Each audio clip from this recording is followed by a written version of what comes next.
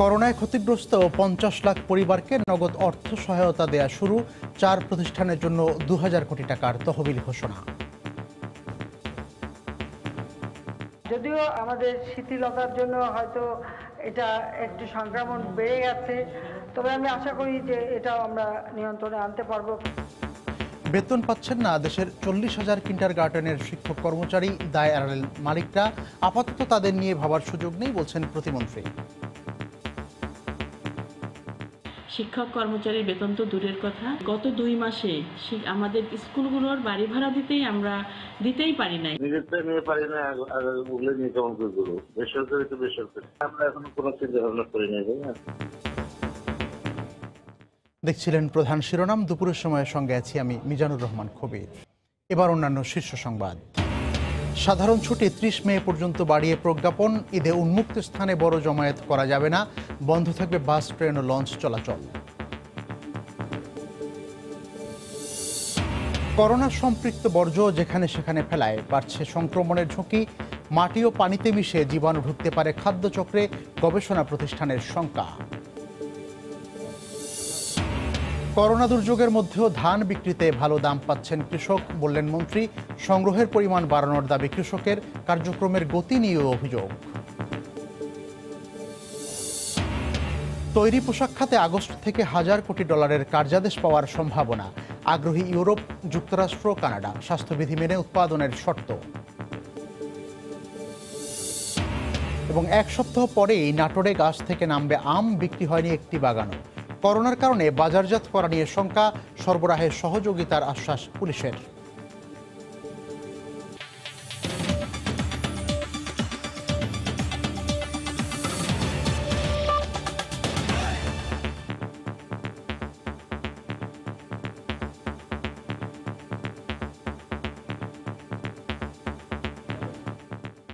কিছু কিছু ক্ষেত্রে সরকারের নির্দেশনা শিথিল করার কারণে করোনার সংক্রমণ বেড়েছে উল্লেখ করে প্রধানমন্ত্রী শেখ হাসিনা বলেছেন, নিজেদের সুরক্ষিত রাখলে এই পরিস্থিতিও নিয়ন্ত্রণ করা সম্ভব।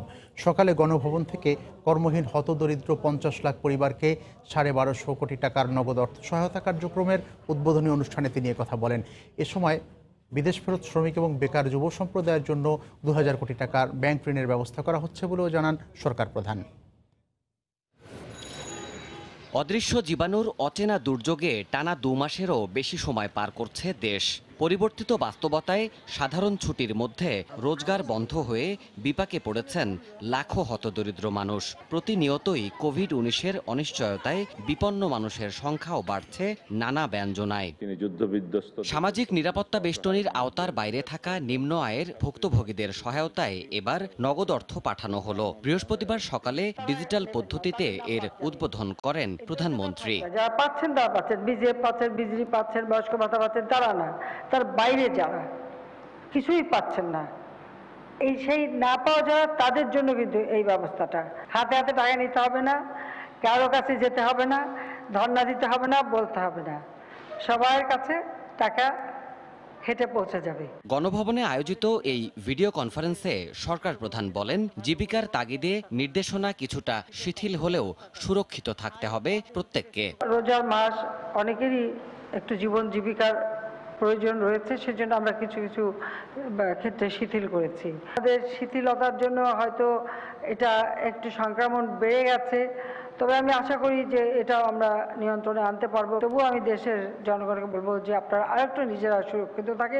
ভবিষ্যতে তৃতীয় লিঙ্গ সহ সমাজের পিছিয়ে থাকা মানুষদের জন্যও সহায়তা করা হবে জানিয়ে প্রধানমন্ত্রী বলেন, প্রবাস ফেরত শ্রমিক ও বেকার যুবকরাও পাবেন ঋণ সহায়তা। আমরা আরো ২০০০ কোটি টাকা সেখানে বিশেষ আমানত দিয়ে দেব।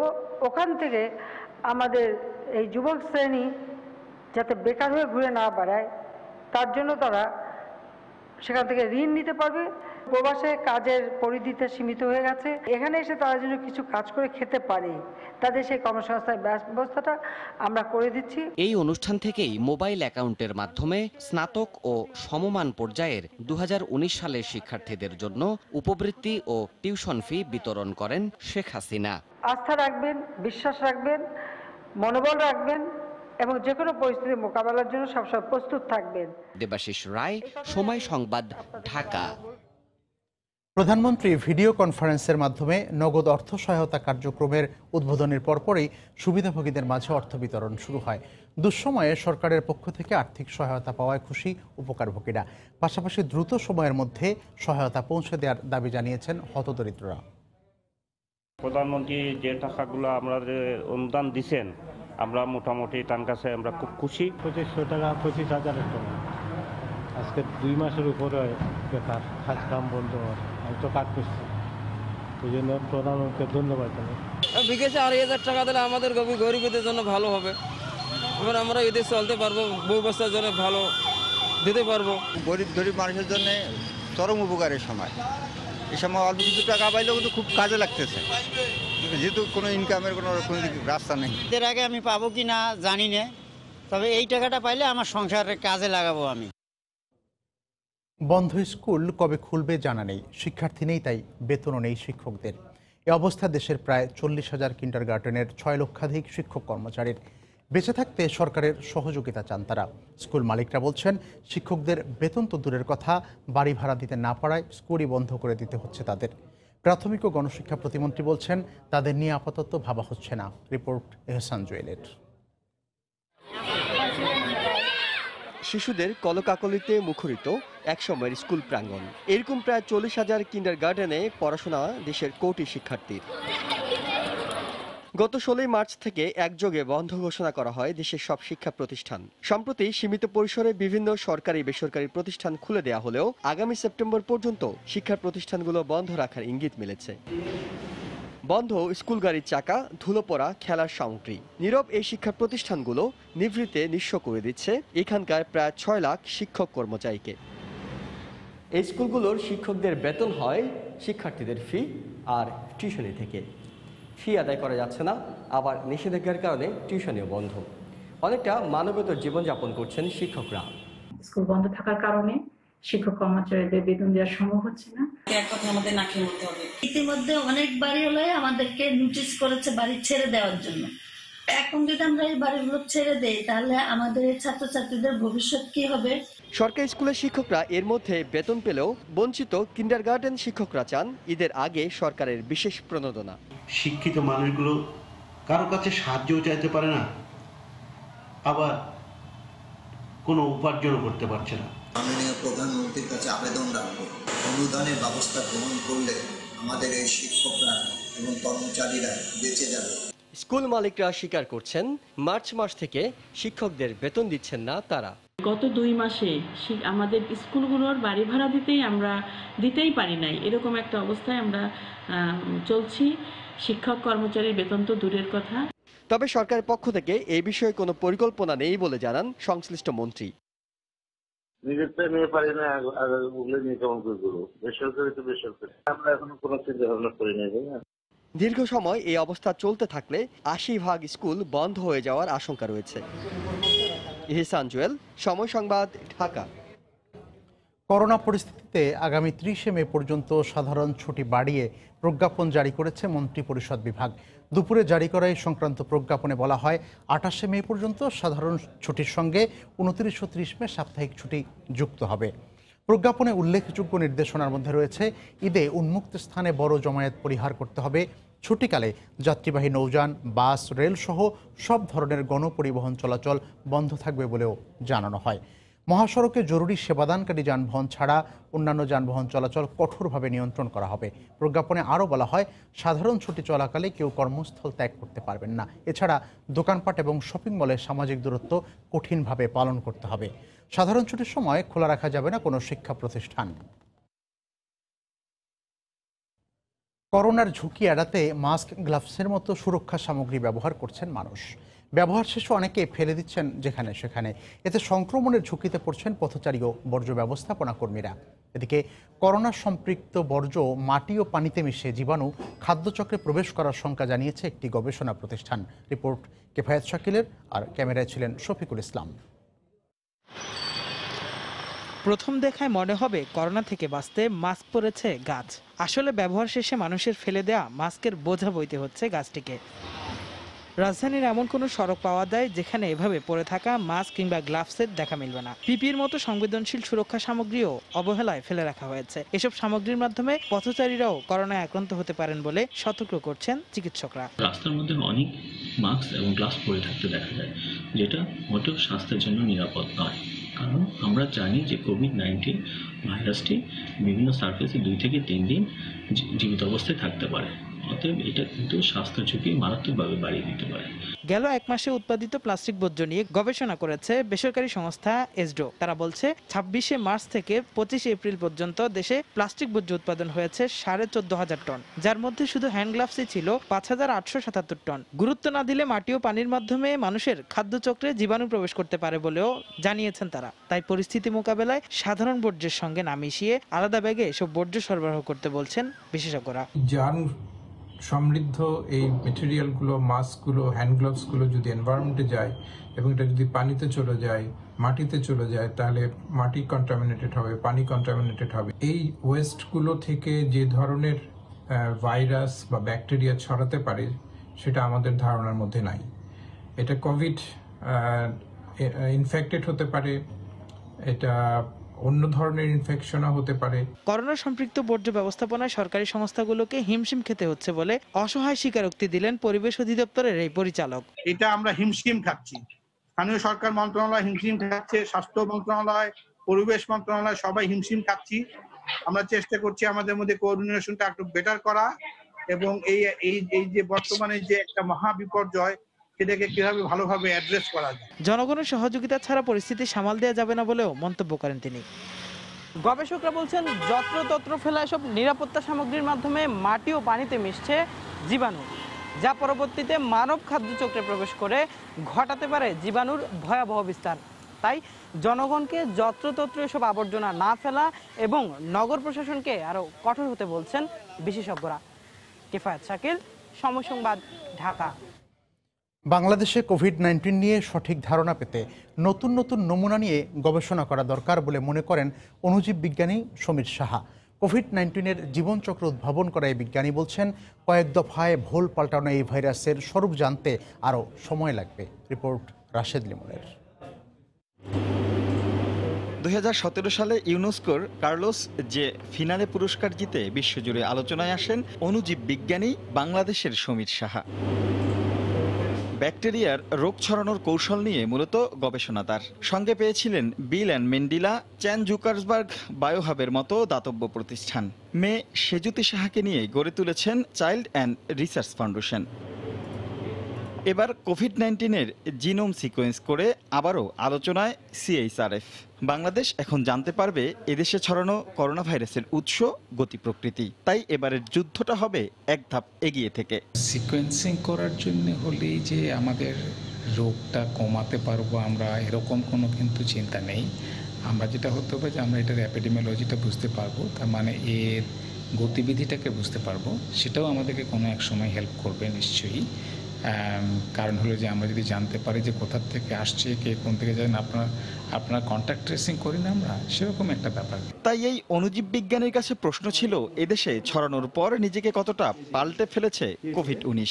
আমার কাছে মনে হয় না যে আমাদের করোনা ভাইরাসগুলো কম শক্তিশালী, কারণ হলো যে এরকম কোনো প্রমাণ নেই, অন্য কোনো দেশেও প্রমাণ হয়নি। কিন্তু এটা মনে করতে হবে যে যেই ডিফারেন্সগুলো আমরা দেখছি, এটা কালচারালিও আমরা ডিফারেন্ট হতে পারি বা অন্য কোনো কিছু আছে আমাদের, সেটার জন্য কুডবি আমাদের ফুড হ্যাবিট, কুডবি আমাদের চালচলন বা আমাদের ভেতরের যে ইন্ট্রেন্সিক ইমিউনিটি যেগুলো থাকে সেগুলো হয়তো বা বেটার, বাট সেটা সম্ভাবনা কম। তবে শতভাগ সুফল পেতে আরও বিস্তর গবেষণার দরকার বলে মনে করেন এই অণুজীব বিজ্ঞানী। আমরা আরও বেশি করে সিকোয়েন্সিং করতে হবে, কারণ যত বেশি আমরা নমুনা পাবো তত বেশি আমরা জানতে পারবো গতিবিধিটা, এবং আমাদের গতিবিধির যেই জ্ঞানটা, সেই জ্ঞানটা আরও বেশি সংঘবদ্ধ হবে। কারণ আমি যদি খুবই অল্প স্ট্রেন নিয়ে কাজ করি তাহলে কিন্তু এটা হয়তো বা ঠিক নাও হতে পারে। রাশেদ লিমন, সময় সংবাদ, ঢাকা। করোনা দুর্যোগের মধ্যেও কৃষকরা ধান বিক্রিতে ভালো দাম পাচ্ছেন বলে দাবি করেছেন কৃষিমন্ত্রী ডক্টর আব্দুর রাজ্জাক। সকালে সচিবালয়ে সংবাদ সম্মেলনে তিনি বলেন, হাওড়াঞ্চলের 100 ভাগ ও সারা দেশে 48 ভাগ বোরো ধান কাটা শেষ হয়েছে। ধানের উৎপাদন পরিস্থিতি পর্যালোচনা করে পরবর্তীতে চাল রপ্তানির বিষয়ে সিদ্ধান্ত নেওয়া হবে বলেও জানান মন্ত্রী। তবে সরকারিভাবে ধান ক্রয়ে ধীর গতির কারণে শঙ্কায় আছেন কৃষকরা। করোনা দুর্যোগের কারণে এবার সময় মতো বোরো ধান ঘরে তোলা নিয়ে শঙ্কায় ছিলেন কৃষকরা, বিশেষ করে হাওর অঞ্চলে। তবে সরকারি উদ্যোগে রাজধানী সহ বিভিন্ন জায়গা থেকে হাওর এলাকায় শ্রমিক পাঠানোর পাশাপাশি হারভেস্টার্স ও রিপার্স মেশিন পাঠানো ইতিমধ্যেই শতভাগ ধান কাটা শেষ হয়েছে বলে জানিয়েছে কৃষি মন্ত্রণালয়। এছাড়া সারা দেশে মাঠ থেকে প্রায় 48% ধানও ঘরে তোলা শেষ হয়েছে বলে দাবি তাদের। ধান কাটা শেষে কৃষকরা এখন বেশ ভালো দামে তা বিক্রি করছেন বলে জানিয়েছেন কৃষিমন্ত্রী। তিনি জানান, হাওড়াঞ্চল সহ দেশের বিভিন্ন জেলায় এলাকা ভেদে ভেজা ধান মন প্রতি সর্বোচ্চ 750 ও শুকনো ধান বিক্রি হচ্ছে 850 টাকায়। ক্ষতি মোকাবেলায় এ খাতে 4% সুদে 19,500 কোটি টাকার বিশেষ ঋণ প্রণোদনা দেওয়া হচ্ছে বলেও জানান তিনি। এই বছর সারা দেশে 47,54,447 হেক্টর জমিতে বোরো ধানের আবাদ হয়েছে। কৃষকরা সফলভাবে ধান ঘরে তোলার পাশাপাশি ধান বিক্রিতে ভালো দাম পাচ্ছেন। হাওড় অঞ্চলের সিলেট জেলায় বর্তমানে ভেজা ধান 700 থেকে 750 টাকা, শুকনা ধান 800 থেকে 850 টাকা, চাঁদপুর জেলায় মোটা ধান 800 থেকে 850 টাকা এবং চিকন ধান 900 টাকা মন দরে বিক্রি হচ্ছে। করোনা সময়কালে দেশের নিম্ন আয়ের মানুষের খাদ্য নিরাপত্তা নিশ্চিত করতে 8 লাখ মেট্রিক টন ধান, 1.5 লাখ টন আতপ চাল, 10 লক্ষ টন সিদ্ধ চাল এবং 75,000 মেট্রিক টন গম সহ 25,25,000 মেট্রিক টন খাদ্যশস্য কিনবে সরকার। তবে ধীর গতিতে ধান বিক্রি হওয়ায় শঙ্কায় রয়েছেন কৃষকরা। আমি 6 বিঘা জমি লাগাইছি, 160 মণ ধান পাইছি, তার মধ্যে থেকে 1 টন ধান আর নিয়েছে। পরবর্তীতে যদি আরো নেয়, আমি দাবি করতেছি আরো বেশি পরিমাণ যাতে নেওয়া হোক, এতে নিলে আমরা আরো বেশি উপকৃত হব। আমরা যেমন কৃষক, আমি নিজে 13 বিঘা ধান লাগাইছি, 25 মণ করে 1 টন কাম নিচ্ছে। সেখানে এইটুক ধান দিয়ে আমার তেমন আসতেছে না। 3 টন করে দিত, এটা সুবিধা হতো। কৃষি অফিসারকে অভিযোগ দিয়েছি, তারা সেরকম নেয়নি আর কি। ধান গবেষণা ইনস্টিটিউটের তথ্য মতে এবছর হেক্টর প্রতি ধান ফলন হয়েছে 4.3 টন, যেখানে গত বছর ছিল 4.2 টন। মাহমুদ রাকিব, সময় সংবাদ, ঢাকা। প্রতি বছর আম নামানোর আগে 3 দফায় বাগান বিক্রি হলেও এবার করোনা ভাইরাসের কারণে চিত্রটা উল্টো। বাজারজাত করতে না পারার আশঙ্কায় ব্যবসায়ীরা বাগান মালিকদের কাছ থেকে আম কেনেননি। এতে বিক্রি ও দাম নিয়ে দুশ্চিন্তায় বাগান মালিকরা। 20 মে থেকে নাটোর জেলায় গাছ থেকে আম নামানো শুরু হবে। পুলিশ সুপার জানান, বাজারের নিরাপত্তা সহ জেলার বাইরে আম পাঠাতে সহযোগিতা করা হবে। নাটোর প্রতিনিধি আল মামুনের তথ্য, ছবিতে রিপোর্ট। আগামী 20 মে থেকে নাটোর জেলার প্রায় 6,500 ছোট বড় বাগান থেকে আম নামানো শুরু হবে। প্রতি বছর মুকুল আসা থেকে শুরু করে আম নামানোর আগ পর্যন্ত বাগান বিক্রি হয় 3 দফায়। তবে করোনা ভাইরাসের কারণে বাগান বেচাকেনা হয়নি এবার। এতে করে বাগান মালিকরা অগ্রিম টাকা থেকে বঞ্চিত হয়েছেন। আমবাজারের পূর্ব অভিজ্ঞতা না থাকায় বিক্রি ও দাম পাওয়া নিয়ে শঙ্কায় বাগান মালিকরা। এখানে কোনো পার্টি আসে নাই, আমরা এই বাগান বিক্রি করতে পারি নাই। আম এবার বিক্রি করতে পারবো কি না, এই নিয়ে খুব চিন্তিত আছি। করোনা ভাইরাসের প্রভাবে বাজারজাতে অনিশ্চয়তা থাকায় ব্যবসায়ীরা বাগান কিনেননি। গত বছর আমের প্রকারভেদে 40 থেকে 60 টাকা কেজি বিক্রি হলেও এবার কি দাম হবে তার নিশ্চয়তা নেই। 20 মের পর বাজার পরিস্থিতি ভালো হলে ব্যবসায়ীরা বাগান থেকেই আম কিনবেন। রাজধানীতে পাঠাতে পারবো কিনা এই চিন্তা ভাবনা করে আমি কেনাকাটা বন্ধ করে দিচ্ছি। আম চাষিরা যে ক্ষতির মুখে পড়েছে তাদেরকে অবশ্যই ভর্তুকি দিয়ে সে আম চাষিদের পাশে সরকার দাঁড়াবে, এটা মনে প্রত্যাশা। অবশ্য জেলা পুলিশ আশ্বাস দিয়েছে দেশের বিভিন্ন স্থানে আম পরিবহনের জন্য যানবাহনের ব্যবস্থা করবে। যাতে আমগুলো ঢাকা জেলার বাইরে যেখানে যেখানে যাবে সেগুলো নেওয়ার জন্য পরিবহনের সঙ্গে কথা বলেছি। আমরা আশা করছি যে এই সময়ের মধ্যে আমাদের ব্যবস্থা নিতে পারবো। কৃষি বিভাগ বলছে রোজার পর ব্যাপক হারে আম উঠবে, আমের দামও ভালো থাকবে। ভোক্তাগণ তাদের যে চাহিদা মাফিক আম কিনবে এবং সেটি গ্রহণ করবে। এ কারণে গত বছরের তুলনায় আমরা এবছর কৃষক ভালো দাম পাবে এটি প্রত্যাশা করছি। জেলার 5,500 হেক্টর জমিতে 6,500 বাগানে প্রায় 77,000 মেট্রিক টন আম উৎপাদনের আশা করছে কৃষি বিভাগ। সময় সংবাদ, নাটোর। গত কয়েকদিনের গরমে নাভিশ্বাস উঠেছে দেশবাসীর। করোনা আতঙ্কে কলকারখানা, যানবাহন বন্ধ থাকলেও তীব্র তাপ প্রবাহের কারণে গরমের অনুভব বেড়েছে কয়েক গুণ। আবহাওয়ার পূর্বাভাসও নেই কোনো সুখবর। এমন অবস্থায় অতি প্রয়োজন ছাড়া ঘর থেকে বের না হওয়ার পরামর্শ আবহাওয়াবিদদের। গত কয়েকদিন থেমে থেমে কোথাও কোথাও বৃষ্টি হলেও সূর্যের তেজ বাড়ছে সারা দেশে। তাপমাত্রা বাড়ায় স্বাভাবিকভাবেই হাঁসফাঁস করছে মানুষ। এছাড়াও মরার উপর খাড়ার ঘা হিসেবে রয়েছে করোনা আতঙ্ক। তীব্র গরম আর করোনার ভয় মাথায় নিয়ে যারা পথে বেরিয়েছেন তারা পড়েছেন বিপাকে। গরম খুব যদিও, কিন্তু তারপরে তো চালাতে দিতে। এই যে মনে করেন ঘন্টাখানেক চালাইয়া বাসায় চলে যাবো, পেটের ক্ষুধায় বাইরে দিতে হয় না, বাইরে খামুকি। এদিকে আবহাওয়া অফিস বলছে আন্দামানে লঘুচাপ সৃষ্টি হওয়ায় দেশের দক্ষিণের কোনো কোনো অঞ্চলে বৃষ্টিপাত হলেও বেশ কয়েকদিন দেশের তাপপ্রবাহ অব্যাহত থাকতে পারে। কুমিল্লা অঞ্চল সহ রংপুর, ময়মনসিংহ ও সিলেট বিভাগের কিছু কিছু জায়গায় এবং রাজশাহী, ঢাকা এবং খুলনা বিভাগের 2-1 জায়গায় অস্থায়ীভাবে দমকা অথবা জোড়ো হাওয়া সহ ও বিজলি চমকানো সহ বৃষ্টি অথবা বজ্র সহ বৃষ্টি হতে পারে। এছাড়া দেশের অন্যত্র আংশিক মেঘলা আকাশ সহ প্রধানত আবহাওয়া শুষ্ক থাকতে পারে। একদিকে করোনা আতঙ্ক, অপরদিকে তীব্র তাপদাহ বিবেচনায় একান্ত প্রয়োজন না হলে ঘর থেকে বের না হওয়ার পরামর্শ আবহাওয়া অধিদপ্তরের। সেলিয়া সুলতানা, সময় সংবাদ, ঢাকা। করোনা ভাইরাসের প্রকোপের এই দুঃসময়ে স্বাস্থ্যবিধি মেনে উৎপাদন সম্ভব হলে আগামী আগস্ট থেকে সেপ্টেম্বর হলিডে এবং অক্টোবর থেকে ডিসেম্বর স্প্রিং মৌসুমে অন্তত 1000 কোটি মার্কিন ডলারের কার্যাদেশ পাওয়ার সম্ভাবনা সৃষ্টি হয়েছে দেশের তৈরি পোশাক খাতে। বিশেষ করে প্রতিদ্বন্দ্বী দেশগুলোতে করোনার প্রভাব তুলনামূলক বেশি হওয়ায় ইউরোপীয় ইউনিয়নের পাশাপাশি মার্কিন যুক্তরাষ্ট্র এবং কানাডার ক্রেতারা বাংলাদেশ থেকে পণ্য কিনতে আগ্রহ প্রকাশ করছেন। সাখাওয়াত টিপুর ক্যামেরায় আরও জানাচ্ছেন কমল দে। বছরের 12 মাসকে 4 ভাগে ভাগ করে বাংলাদেশ থেকে তৈরি পোশাক কিনে আন্তর্জাতিক ক্রেতারা। এর একটি মৌসুম শুরুর অন্তত 3 মাস আগে কার্যাদেশ দেয় তারা। কিন্তু চলতি বছর জুন জুলাইয়ের ফল মৌসুম শুরুর আগেই করোনা ভাইরাসের সংক্রমণ শুরু হওয়ায় বিপর্যয়ের মুখে পড়ে তৈরি পোশাক শিল্প খাত। কিন্তু সমালোচনা সত্ত্বেও 26শে এপ্রিল থেকে খোলা হয় দেশের অধিকাংশ গার্মেন্টস কারখানা। এর মধ্যে শুরু হয়েছে আসন্ন হলিডে এবং স্প্রিং মৌসুমের কার্যাদেশ আসা। এখন তারা আস্তে আস্তে একটা ট্রাস্টের মধ্যে আসতেছে, আমরাও স্যাম্পল দিচ্ছি, অর্ডারগুলো এখন আস্তে আস্তে ডেভেলপ হচ্ছে। এটা কিন্তু ল্যাংদি প্রসেস, এটা একদিনে নয়, এটা 90 দিন 100 দিন এরকম একটা টাইম লাগে। জুলাই মাসের আগে হলিডে এবং আগস্ট মাসে স্প্রিং মৌসুমের মালামাল প্রস্তুতের তাগদা দিচ্ছে বায়াররা। একই সাথে কারখানা শ্রমিকদের করোনা ভাইরাস সংক্রমণ থেকে রক্ষার জন্য স্বাস্থ্যবিধি মেনে চলার কঠিন সত্য দেওয়া হয়েছে তাদের পক্ষ থেকে। আমরা খুব রিলিজিয়াসলি ব্যবসাটা করি, এই ব্যাপারে বায়াররা খুব আন্তরিক এবং আমাদের উপর আস্থা রাখেন। সেই আস্থার জায়গা থেকে তারা ব্যবসায় ফিরে আসতে চাইতেছেন এবং আসতেছেন। ফল মৌসুমে বাংলাদেশ পোশাক শিল্প খাত 3 বিলিয়ন মার্কিন ডলার ক্ষতির মুখে পড়ল। আগামী 2 মাসের কার্যাদেশে তা কাটিয়ে ওঠার আশা করছেন গার্মেন্টস মালিকেরা। জাপানও এখন বাংলাদেশ থেকে পোশাক কিনতে আগ্রহ প্রকাশ করছে। আমাদের যে হলিডে সিজনগুলো আছে, স্প্রিং সিজনের যে অর্ডারগুলো আছে, এগুলিতে বেশ বড় বড় অর্ডারের অফার আমরা অলরেডি পাচ্ছি। উৎপাদন যদি আমরা অব্যাহত রাখতে পারি, আমাদের যে ক্ষতিটা ফলে হয়েছে সেটাকে পুষিয়ে নেওয়ার একটা আমাদের সম্ভব হবে।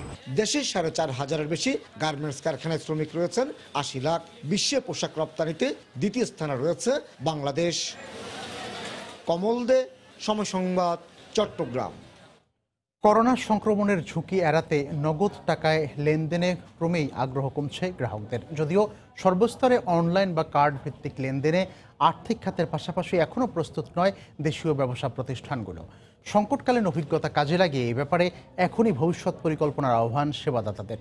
অন্যদিকে শুধু স্বাস্থ্য সুরক্ষা নয়, বরং রাজস্ব আয় বৃদ্ধিতেও কাগজ নোটে লেনদেন কমানোর পক্ষে অর্থনীতিবিদরা। রিপোর্ট জুবায়ের ফয়সালের। টাকার মাধ্যমে সংক্রামক রোগ বিস্তারের ঝুঁকি নিয়ে বহু গবেষণা হয়েছে বিশ্বজুড়ে। এমনকি দেশীয় একদল গবেষক গত বছর জানিয়েছিলেন বাংলাদেশের বাজারে প্রচলিত কাগজের নোটে পাওয়া গেছে বিপজ্জনক ব্যাকটেরিয়ার উপস্থিতি। সাম্প্রতিক করোনা সংকটে আবারও আলোচনা কাগজের নোটের সম্ভাব্য বিপদ নিয়ে। চীনা গবেষকদের মতে করোনা ভাইরাসের জীবাণু টাকার উপর টিকে থাকতে পারে কয়েক দিন পর্যন্ত। ফলে হাত বদলের মাধ্যমেই সম্ভাবনা থেকে যায় সংক্রমণের। আর এই আতঙ্কে চিন্তিত নাগরিকরা চাইলেন অনলাইন ভিত্তিক লেনদেনের বিস্তার। টাকার মাধ্যমে এই ভাইরাসটা সবচেয়ে বেশি ছড়ায়। অনলাইনের মাধ্যমে বিল পরিশোধের ব্যবস্থাটা করা যায়, তাহলে কিছুটা হলেও এই ভাইরাসের সংক্রমণ কমিয়ে আনা সম্ভব হবে। একই টাকা তো অনেক হাত বদল হয়, সেক্ষেত্রে করোনা সংক্রমণের ঝুঁকি তো থেকেই যায়। গত বছরের শেষ 6 মাসে মাত্র 1,82,00,000 টাকা লেনদেন হয়েছে ডেবিট ও ক্রেডিট কার্ডে। গ্রাহক পর্যায়ে আগ্রহ থাকলেও সর্বস্তরে নগদ টাকাবিহীন লেনদেন চালু করতে না পারায় এর সুফল মিলছে না রাজস্ব আয়ে, এমন মত সেবাদাতা আর অর্থনীতিবিদদের। যারা নগরে বাস করেন, আরবান পপুলেশন, তাদের মধ্যে একটা অংশ তারা এই অনলাইন পেমেন্টের সাথে জড়িত বা ক্রেডিট কার্ডের সাথে জড়িত। বাকিরা সবাই কিন্তু এর বাইরে শপিং মলে অথবা সুপার শপগুলোতে ছাড়া মধ্যম আকারের কিছু শপে এই পেমেন্টটা হয়। ক্যাশলেস ট্রানজেকশনের ক্ষেত্রে এখনো অবকাঠামোগত সমস্যা আছে, ইন্টারনেটের যে খরচ সেটা অনেক ক্ষেত্রে সমস্যা হয়ে দাঁড়ায়। যত বেশি ব্যবসা আনুষ্ঠানিকভাবে ক্যাশলেস ট্রানজেকশনের ইনফ্রাস্ট্রাকচারে আসবে, তার মাধ্যমে কিন্তু সরকারেরও রাজস্ব আয় হবে। করোনা ভীতিতে দক্ষিণ কোরিয়ায় গত 6 মার্চ থেকে 14 দিন কোয়ারেন্টাইন করে রাখা হয়েছিল ব্যাংক নোট। বেশ কয়েকটি দেশে ঘটেছে কাগজের নোট পুড়িয়ে ফেলার মতো ঘটনাও। জুবাইর ফয়সাল, সময় সংবাদ, ঢাকা। জামালপুরের দেওয়ানগঞ্জে যমুনার তীব্র ভাঙনে বসতভিটা, ফসলি জমি, স্কুল, কলেজ, খেলার মাঠ ও বিস্তীর্ণ এলাকা নদীগর্ভে বিলীন হয়ে গেছে। হুমকিতে রয়েছে প্রায় 6 কোটি টাকা ব্যয়ে নবনির্মিত বাহাদুরাবাদ নৌথানা। ভাঙন রোধে দ্রুত নদীর তীর রক্ষা বাঁধ নির্মাণের দাবি জানিয়েছেন এলাকাবাসী। অবশ্য পানি উন্নয়ন বোর্ড বলছে ভাঙন রোধে আপৎকালীন জিও ব্যাগ ফেলার উদ্যোগ নেওয়া হয়েছে। জামালপুর প্রতিনিধি জাহাঙ্গীর আলমের তথ্য ছবিতে এই রিপোর্টটিতে আমরা একটু পরে যাচ্ছি। এখন চলে যাচ্ছি স্বাস্থ্য অধিদপ্তরের অনলাইন ব্রিফিং, যেটি নিয়মিত প্রতিদিনই সম্প্রচারিত হয়, সেখানে আমরা চলে যাচ্ছি ব্রিফিংয়ে। আমরা তথ্য তুলে ধরবার আগে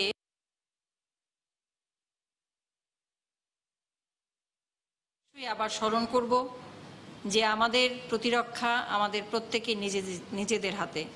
আমরা সচেতন হই, আমরা সতর্ক হই এবং আমরা নিজেদেরকে সুরক্ষিত রাখি। আমি, আমার পরিবার, আমার পরিবারের সকল সদস্য এবং আমার যারা পরিজন আছেন, আত্মীয় পরিজন আছে, সবাইকে আমরা সচেতন করি এই বিষয়ে। আমরা নিয়মিতভাবে তরল খাবার খাই, পানি বেশি করে খাই। যেহেতু এখন রমজানে এমনিতেই আমাদের তরল খাবার এবং পানি বেশি করে খাওয়া উচিত, সেটার জন্য আমরা খাই, আমাদের সুস্থ থাকি, স্বাস্থ্যকে ভালো রাখি। আমরা ধূমপান কোভিড আক্রান্তের ঝুঁকি দ্বিগুণ বাড়িয়ে দেয়। সুস্থ থাকি, ধূমপান কোভিড আক্রান্তের ঝুঁকি ধূমপায়ী আছেন তারা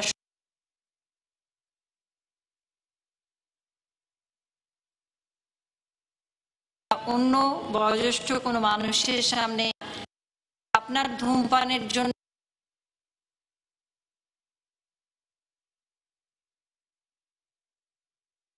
আরেকজনের সামনে আপনি ধূমপান এবং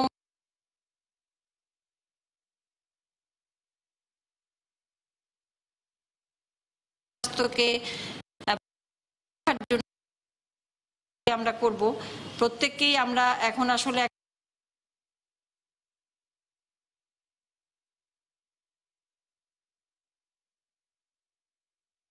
উজ্জীবিত থাকতে হবে এবং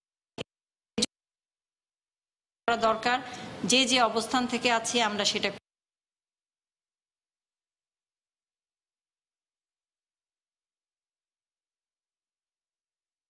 গান তারা গান গাইবেন এবং যে কোনোভাবেই হোক স্বাস্থ্যকে সুস্থ রাখতে হবে।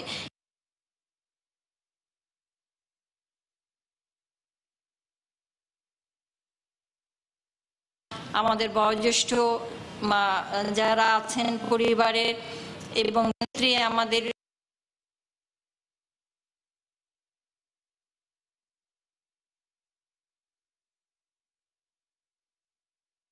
তাদের ক্ষেত্রে মানা কষ্টকর হয়, তাদেরকে যেন আমরা সাহায্য করি। এই স্বাস্থ্যবিধি শুরু করছি আমাদের 2881টি। এই ঢাকার বাইরে 21-এ আমরা পরীক্ষা করতে পেরেছি। ঢাকার মধ্যে 4588টি এবং ঢাকার বাইরে 2804টি। তাহলে টোটাল আমাদের নমুনা সংগ্রহ হয়েছে 7837টি এবং নমুনা পরীক্ষা করা হয়েছে 7300 পেরেছি। ঢাকার মধ্যে 4588টি এবং ঢাকার বাইরে 2804টি। তাহলে টোটাল আমাদের নমুনা সংগ্রহ হয়েছে 7837টি এবং নমুনা পরীক্ষা করা হয়েছে 7392টি। এ পর্যন্ত আমাদের নমুনা পরীক্ষা 1,51,930টি। এই 41টি ল্যাবে যা আমরা নমুনা পরীক্ষা করেছি গত 24 ঘন্টায়, তাতে নতুন করে 24 ঘন্টায় শনাক্ত হয়েছে 141 জন ব্যক্তি। দুঃখিত, 1041 জন ব্যক্তি। 1041 জন ব্যক্তি এই 24 ঘন্টা শনাক্ত হয়েছে। এর মধ্যে আমাদের ঢাকার যেগুলো ল্যাব আছে, ঢাকার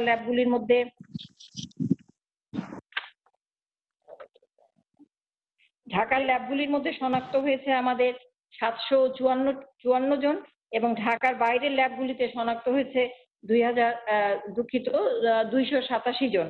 এই আমাদের 1041 জন ব্যক্তি শনাক্ত হয়েছে 24 ঘন্টায়, এবং এ পর্যন্ত আমাদের শনাক্ত ব্যক্তি হলো 18,863 জন। আমাদের মৃত্যু তালিকায় আজকেও আছে 14 জন মৃত্যুবরণ করেছেন গত 24 ঘন্টায়, এবং এ পর্যন্ত মৃত্যু 280 জন। আমরা গত 24 ঘন্টায় যারা মৃত্যু বরণ করেছেন তাদেরকে বিশ্লেষণে দেখছি যে তাদের মধ্যে পুরুষ 11 জন এবং নারী 3 জন, ঢাকার মধ্যে 9 জন এবং ঢাকার বাইরে চট্টগ্রামে 5 জন। এবং বয়স ভিত্তিক বিশ্লেষণে আমরা দেখছি যে 51 থেকে 60 বছরের মধ্যে 5 জন, 41 থেকে 50 বছরের মধ্যে 5 জন, 31 থেকে 40 বছরের মধ্যে 1 জন, এবং 21 থেকে 30 বছরের মধ্যে 1 জন। আরেকটি আছে 71 থেকে 80 বছরের মধ্যে 2 জন, 2,570 জন, এবং এ পর্যন্ত ছাড় পেয়েছেন 1,398। নতুন করে 24 ঘন্টায় এসেছে 201 জন, এবং 24 ঘন্টা ছাড় পেয়েছেন 66 জন।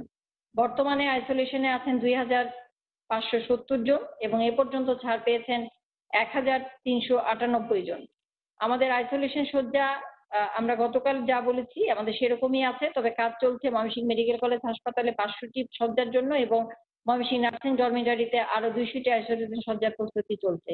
আমাদের ঢাকা মহানগরীতে আছে 2,900টি, এবং ঢাকা সিটির বাইরে বিভিন্ন হাসপাতালে আছে 6,034টি, এবং এই সকল হাসপাতালে আইসিইউ সংখ্যা আছে 329টি, এবং ডায়ালাইসিস ইউনিট আছে 102টি। তাছাড়াও আমরা ইতিমধ্যে বেসরকারি মেডিকেল কলেজগুলির সাথে আমাদের সমঝোতা হয়েছে। আমরা হোলি ফ্যামিলি রেড ক্রিসেন্ট হাসপাতাল যেটা ঢাকা আছে সেটা তো আমরা সংযুক্ত করব, এবং আনোয়ার খান মডার্ন মেডিকেল কলেজ হাসপাতালকে সংযুক্ত করব, এবং প্রস্তুতির কাজ চলছে বসুন্ধরা কনভেনশন সেন্টারে সেখানেও, এবং আমাদের ডিসিসি মার্কেটে আরেকটি হাসপাতালের কাজ প্রক্রিয়াধীন আছে। এই ক্ষেত্রে আমি আমাদের এই গত প্রত্যেক সপ্তাহে আসলে আমাদের শনাক্ত শুরু হয়েছিল 8 মার্চ 2020 সাল থেকে। আমরা এখন 10ম সপ্তাহের মধ্যে আছি। 10ম সপ্তাহের এখনো আমাদের এটা 16 তারিখ থেকে 10ম সপ্তাহ আমাদের 10 মে থেকে 16 মে, আজকে আমরা 14 মেতে। আমি গত 3 সপ্তাহে আমাদের যা পরিবর্তন হয়েছে এটি আমি আপনাদের সামনে তুলে ধরতে চাই। আমাদের 8ম সপ্তাহ যেটা ছিল 26 এপ্রিল থেকে 2 মে, সেখানে আমাদের শনাক্ত ছিল 24 ঘন্টায় আমাদের মোট শনাক্ত ছিল 3,792 জন, এবং সেই সপ্তাহে সুস্থ হয়েছিল 64 জন এবং মৃত্যুবরণ করেছিল 35 জন। 9ম সপ্তাহ যেটা 3 মে থেকে 9 মে, সেখানে আমাদের মোট শনাক্ত হয়েছিল 4,980 জন এবং সুস্থ হয়েছিল 2,337 জন, এবং মৃত্যুবরণ করেছিল সেই সপ্তাহে 39 জন। আমরা এখন 10ম সপ্তাহে, আমাদের এখনো 2 দিন বাকি আছে। আজকে 14 মে পর্যন্ত আমাদের এই সপ্তাহে শনাক্ত 5,093 জন, এবং 14 মে পর্যন্ত আমাদের সুস্থ দাঁড়ালো এই সপ্তাহে 947 জন। দুঃখিত, এটা সুস্থ হলো 1,189 জন, এবং মৃত্যুবরণ করলো এই সপ্তাহে 14 মে পর্যন্ত 69 জন। এই আমি গত 3 সপ্তাহে আমাদের যা পরিবর্তন সেগুলো আপনাদের সামনে তুলে ধরলাম। এবং আমাদের শনাক্ত বিবেচনায় আমাদের যা সুস্থতার হার গতকালের তুলনায় আজকে বেশি।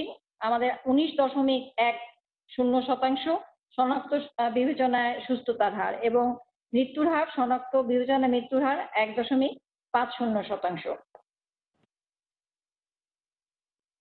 গত 24 ঘন্টায় আমাদের নতুন করে কোয়ারেন্টাইনে এসেছে 3,031 জন এবং ছাড় পেয়েছে 2,298 জন। এ পর্যন্ত কোয়ারেন্টাইনে 2,30,673 জনকে আনা হয়েছিল এবং ছাড়ও পেয়েছে 1,84,659 জন। বর্তমানে কোয়ারেন্টাইনে আছেন 46,014 জন।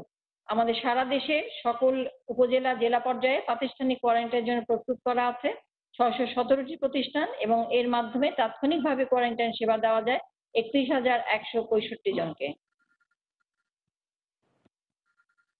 আমরা প্রতিনিয়তই ব্যক্তিগত সুরক্ষা সামগ্রী সংগ্রহ করে থাকি, যেটা ক্রয় প্রক্রিয়ার মাধ্যমে হয় এবং দাতাদের মাধ্যমে আমাদের পিপিই সংগৃহীত হয়ে থাকে। আমরা আজকে বিশেষভাবে কৃতজ্ঞতা জানাই ইউনিমেড ইউনিহেলথ ফার্মাসিউটিক্যাল লিমিটেড। তারা স্বাস্থ্য অধিদপ্তরকে অনুদান দিয়েছেন 1000 FFP2 মাস্ক এবং 1000 ডিসপোজেবল মেডিকেল গাউন তারা আমাদেরকে হস্তান্তর করেছেন আজকে। ইউনিমেড ইউনিহেলথ ফার্মাসিউটিক্যাল লিমিটেডকে ধন্যবাদ এবং কৃতজ্ঞতা জানাই এই সহযোগিতার জন্য। আমাদের গত 24 ঘন্টায় সংগৃহীত হয়েছে, যেটা আমরা কেন্দ্রীয় ঔষধাগার থেকে প্রাপ্ত হয়েছি, ব্যক্তিগত সুরক্ষা সামগ্রী 44,792টি এবং এ পর্যন্ত 22,12,339টি ব্যক্তিগত সুরক্ষা সামগ্রী সংগৃহীত হয়েছে। বিতরণ হয়েছে 24 ঘন্টা 44,750টি এবং এ পর্যন্ত 18,40,946টি। বর্তমানে আমাদের মজুদ আছে 3,71,393টি ব্যক্তিগত সুরক্ষা সামগ্রী আমাদের কেন্দ্রীয় ঔষধাগারে। আমাদের হটলাইন স্বাস্থ্য পরামর্শ সেবা অব্যাহত আছে এবং 24 ঘন্টায় ফোন কল যেগুলো আমরা গ্রহণ করেছি 1,51,502টি ফোন কল এবং এ পর্যন্ত ফোন কল রিসিভ করা হয়েছে 52,17,058টি। আমাদের এই ফোন কলে সহায়তা করে থাকে স্বেচ্ছাসেবকভাবে আমাদের চিকিৎসকরা। এখানে 4,077 জন চিকিৎসক স্বেচ্ছাভিত্তিতে সেবা দিয়ে যাচ্ছেন এবং গত 24 ঘন্টায় নতুন করে আরো 8 জন সংযুক্ত হয়েছেন এর সাথে এবং এ পর্যন্ত আমাদের প্রশিক্ষণপ্রাপ্ত চিকিৎসক যারা হটলাইনে স্বাস্থ্যসেবা দিয়ে থাকেন 15,741 জন। আমাদের স্ক্রিনিং কার্যক্রম অব্যাহত আছে। গত 24 ঘন্টায় বিমানবন্দর, স্থলবন্দর এবং সমুদ্র বন্দরে স্ক্রিনিং হয়েছে 1,404 জনকে স্ক্রিন করা হয়েছে। তার মধ্যে বিমানবন্দরে 1,182 জন, স্থলবন্দরে 46 জন এবং সমুদ্র বন্দরে 176 জন। এ পর্যন্ত আমরা সর্বমোট স্ক্রিনিং করেছি 6,85,907 জনকে। আমাদের স্বাস্থ্য অধিদপ্তর প্রতিনিয়তই ভাবে বিভিন্ন গাইডলাইন তৈরি করে যাচ্ছে বিভিন্ন কার্যক্রমের উপর এবং আমাদের এ পর্যন্ত 29টি গাইডলাইন তৈরি করেছে কোভিড-19 উপরে এবং 11টি জনসচেতনামূলক উপকরণ যা প্রস্তুত করা হয়েছে এবং বিতরণ করা হয়েছে। এই গাইডলাইনগুলো আমরা পাবো www.dghs.gov.bd এই ওয়েবসাইটে এবং www.corona.gov.bd এই ওয়েবসাইটগুলিতে আমরা আমাদের এই গাইডলাইনগুলো পাবো। এই ছিল আমার কাছে বাংলাদেশের সর্বশেষ তথ্য এবং এ পর্যন্ত তথ্য। আমরা এবার দক্ষিণ পূর্ব এশিয়া এবং বিশ্ব পরিস্থিতির দিকে তাকাবো। আমরা এগুলো পেয়েছি। আমাদের তথ্যসূত্র হলো বিশ্ব স্বাস্থ্য সংস্থা সিচুয়েশন রিপোর্ট 13 মে। 24 ঘন্টায় শনাক্ত 5,031 জন দক্ষিণ পূর্ব এশিয়ায় এবং এ পর্যন্ত 1,10,932 জন।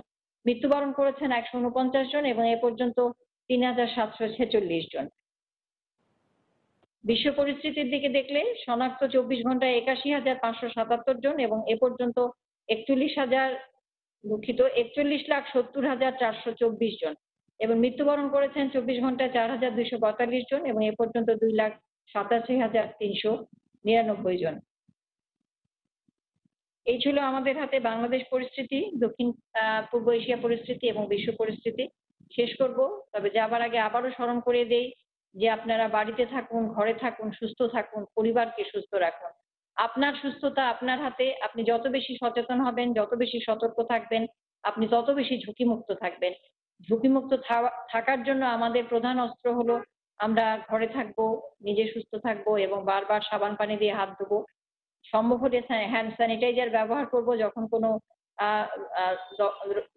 দরজার হ্যান্ডেল বা টেবিলের কোনো দ্রব্যাদি যেগুলো আমরা ধরে দরকার হলে আমাদের যদি হ্যান্ড স্যানিটাইজারের সুবিধা থাকে তাহলে আমরা হ্যান্ড স্যানিটাইজার দিয়ে হাত পরিষ্কার করব অথবা আমরা বারবার সাবান পানি দিয়ে 20 সেকেন্ড ধরে হাত ধোবো এবং আমরা যেন সামাজিক দূরত্ব বজায় রেখে চলি।